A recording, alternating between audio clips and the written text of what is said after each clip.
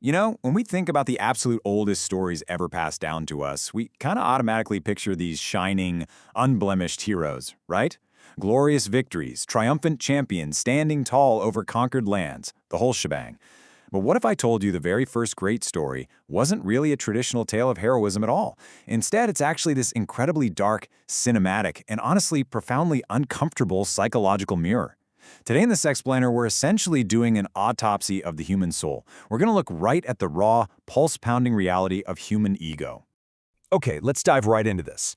Sing Goddess, the Wrath of Achilles. That right there is the iconic opening line of Homer's Iliad. Notice anything missing? It doesn't ask the muse to sing about Achilles the brave or Achilles the victorious or, Achilles the righteous. No, it specifically asks to sing about his wrath.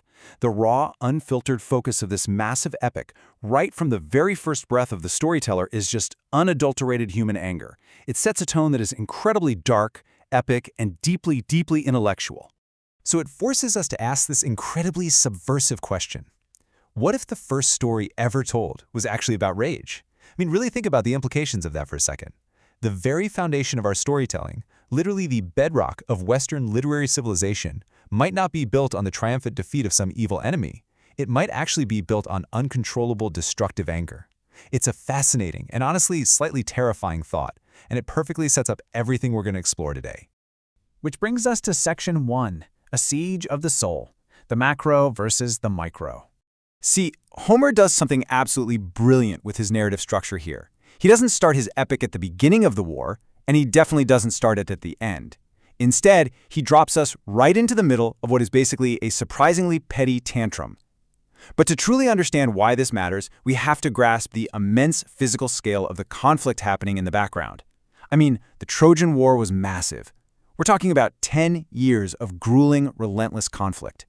Picture 1,000 ships anchored off this dark, foreboding coastline. You've got tens of thousands of men fighting, bleeding, and dying in the dust. And all of this unprecedented carnage? It's all happening for the face of a single woman. It is literally the ultimate macro conflict, a world war of the ancient era that is just vast and completely chaotic. But here's the kicker. Homer builds up this massive physical scale purely to contrast it with something incredibly microscopic. On one hand, you have this 10-year physical siege of Troy with thousands of people bleeding outside the walls. But on the other hand, you have this silent internal siege happening right inside Achilles' soul. Because think about it, what actually causes the greatest warrior the world has ever known to just put his sword down? King Agamemnon strips Achilles of his war prize, a woman named Briseis, and essentially publicly disrespects his honor. And Achilles' response? He just goes and sulks in his tent. It's a literal stalemate of ego. While this massive physical war rages on, Achilles sparks this tragic cold war of the spirit, paralyzing the entire Greek army, all over a wounded ego. Moving on to Section 2, The Demigod's Descent, Peeling the Onion of the Human Psyche. Now, what's really interesting about this descent is how Achilles, a man who was quite literally born for war, suddenly just becomes a ghost in his own camp.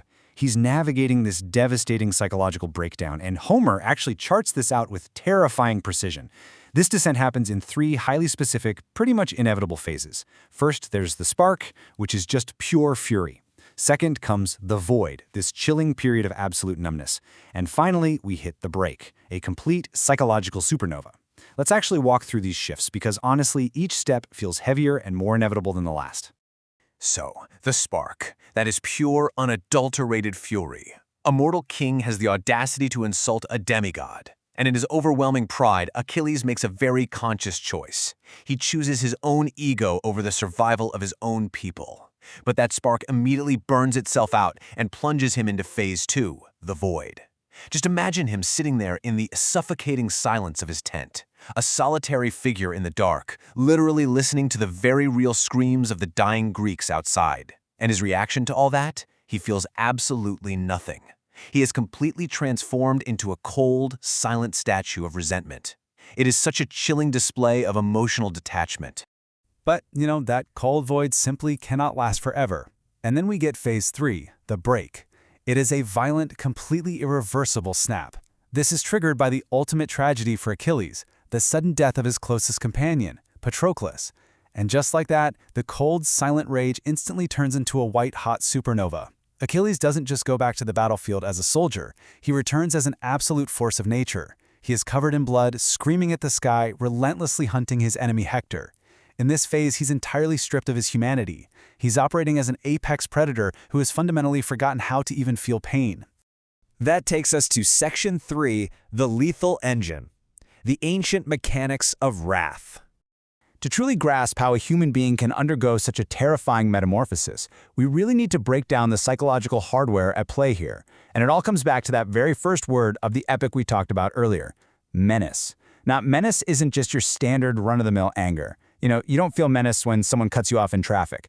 Menace is this divine, world-shattering rage. It is a lethal engine of destruction that literally poisons everything it touches. Think of it as a deep infection of the soul that absolutely demands catastrophic consequences. So what actually fuels this lethal engine of menace? The answer is hubris, pride. But again, to understand Homer's world, we have to elevate our definition of this word. Hubris isn't just a simple character flaw or, a bit of ancient arrogance. It is the deep-seated, unshakable belief that your own ego is literally more important than the world itself. It's a toxic ego that acts as a literal death sentence.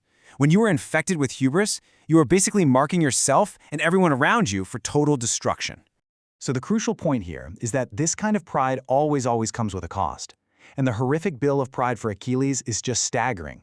His pride demands the destruction of his own friends just to prove a point. It demands the devastating, agonizing loss of Patroclus. And ultimately, it demands the forfeiture of his very humanity. Sure, Achilles gets to prove he was right, and yeah, he gets his apology from the king. But the bill that comes due for feeding that ego, it is unimaginably steep. And that brings us to Section 4, the internal battlefield. War as a projection of the mind. What we're actually looking at here is war as a projection of the mind. All that intense physical violence on the plains of Troy, it's really just a canvas for something much, much deeper. In this story, war acts as the ultimate pressure cooker. It brutally strips away every single pretense of civilization until all that is left is the raw, pulsing nerve of human emotion. And this brilliantly illustrates how Homer completely transforms the mechanics of combat. A spear thrust isn't just a physical attack, it's a violent burst of suppressed fear. A shield wall isn't just a military formation, it's a desperate, collective attempt to protect a fragile human identity. Every clash of bronze out there is really just a physical manifestation of the mental wars we fight every single day. Which leads us to this incredibly poignant resolution. Because in the end, the ultimate casualty of all this rage isn't actually the physical body, it is the capacity for mercy. The climax of the entire Iliad isn't some glorious bloody battle. It's actually a quiet, deeply intimate moment in a tent, where a weeping Achilles and a grieving King Priam just sit and cry together over the bodies of their loved ones. In that moment of shared grief, Achilles finally realizes the horrific truth. The real enemy was never out there across the battlefield. The real enemy was staring back at him from within himself the entire time. And honestly, that is exactly why this ancient text remains the ultimate human story. Because it was the first time we, as a species, realized that our greatest wars are actually fought inside ourselves. So as we wrap up this explainer, I want to leave you with a final thought to reflect on. Is pride still the most dangerous emotion we face today? I mean, thousands of years later, with all of our incredible technology and progress, have we actually conquered the lethal engine of hubris? Or is it still out there, quietly dictating the course of our lives? Think about that for a bit, and let me know your thoughts down in the comments. Thanks so much for joining me today, and as always, keep questioning the stories that shape us.